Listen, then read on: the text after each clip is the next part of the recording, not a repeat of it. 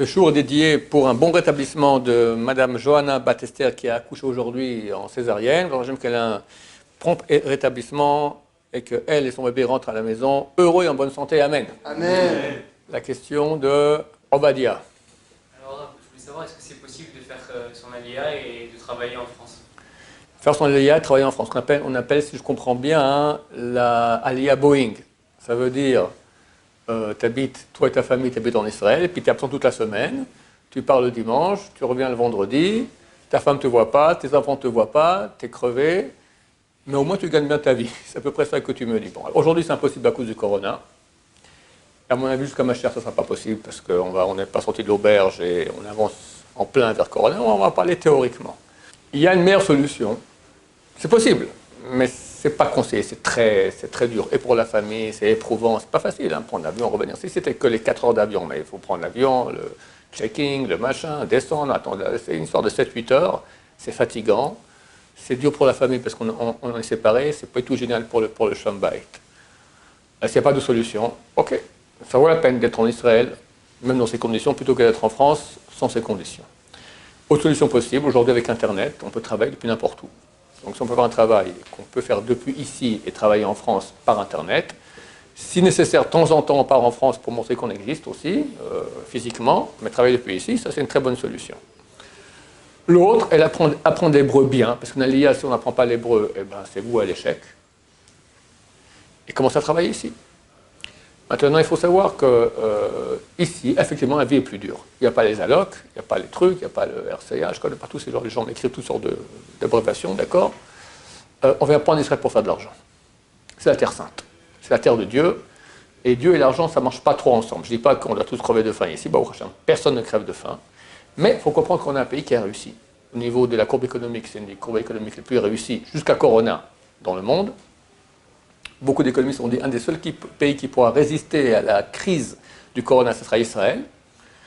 On est un pays qui, il y a 72 ans, c'était peut-être qu'il y avait 1,5 million de personnes. Aujourd'hui, on est 8 millions. Aucun pays au monde a multiplié sa population du pays en un temps tellement record. Et bien, au Hachem, ça marche. Donc, c'est le pays de Dieu. Maintenant, Dieu et l'argent, ça ne marche pas ensemble. Tu veux faire de l'argent, va en Californie, va je ne sais pas où, d'accord, aujourd'hui, je ne sais pas où on fait de l'argent. Je ne sais pas si ça existe un pays où on fait de l'argent. En tout cas, tu veux des allocs, reste en France. Il faut choisir ou l'argent ou le bon Dieu. D'accord, c'est la terre de Dieu. Maintenant, c'est non seulement cela, c'est une terre qui est difficile d'accès. Dans le traité Brachot, page 5, il est écrit qu'il y a 3 choses qui s'acquièrent avec souffrance. La Torah, Olam Haba et Israël. Ça veut dire qu'on ne peut pas accéder à une chose qui a de la valeur sans effort. C'est impossible. C'est contraire à ce que Dieu a créé. Dieu a créé un monde où tu fournis un effort, tu mérites. Si tu n'as pas fourni d'effort, tu n'auras rien. Celui qui ne fait rien et qui a reçu, dit la Gemara Megillah, qui ne croit pas qu'il ait reçu, il n'a rien reçu. Ça n'existe pas. C'est contraire à la principe même de la création. C'est s'il y a des efforts, tu reçois. Je vais rajouter même une chose supplémentaire. Il est impossible qu'avec des efforts, tu ne reçois rien. L'effort en soi, c'est une souffrance, c'est la garantie que tu reçois. C'est impossible. C'est comme le vélo. Quelqu'un il fait du vélo, et il fait du 100 km à l'heure sans aucun effort. Ça veut dire quoi? Qu'il est en pleine descente, d'accord? Il dit, je fais du 100 à l'heure, génial. Mon cher ami, tu fais rien, tu es en descente. S'il va pépère, c'est qu'il fait du surplace ou du... D'accord. Si c'est dur, tu es en train de monter. On ne peut pas monter dans les vraies valeurs, sans effort. Quelqu'un, il a joué à la loterie, il a gagné le gros lot, ok, mais ça, qui te dit que maintenant ce gros lot, c'est pour ton bonheur? Combien de gens ont fait le gros lot et ont perdu leur vie, ils ont divorcé, ils sont partis en cacahuète complètement, d'accord?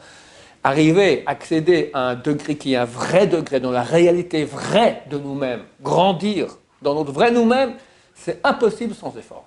C'est le pourquoi même du monde. Et on te dit qu'il y a 3 choses qui ont une valeur colossale, qui dépassent le monde du fini, ça rentre dans l'infini. La Torah, c'est la pensée de Dieu. Comment tu peux accéder à connaître la pensée de Dieu? C'est faire un avec Dieu. Olam Haba, c'est faire un avec Dieu. Et Israël, c'est faire un avec Dieu aussi en terre d'Israël. D'accord, dans le monde fini. Celui qui n'habite pas la terre d'Israël, il n'a pas le niveau de Neshama. Il y a 3 niveaux. Ruach, Nefesh, Ruach, Neshama. Celui qui n'a jamais mis les pieds, il n'a que Nefesh.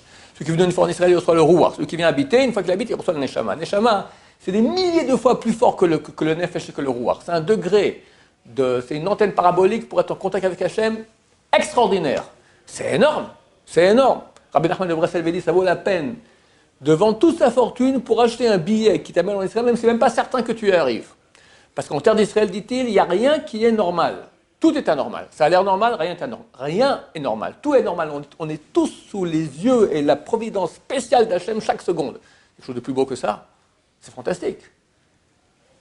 Donc, c'est une chose qui a une valeur énorme. Donc, on ne peut pas venir en Israël pépère. Il faut oublier ça.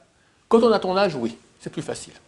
C'est encore facile à ton âge, parce que tu as 18 ans, 19 ans, ça va, tu es encore malléable. Je ne dis pas que c'est facile, mais c'est possible.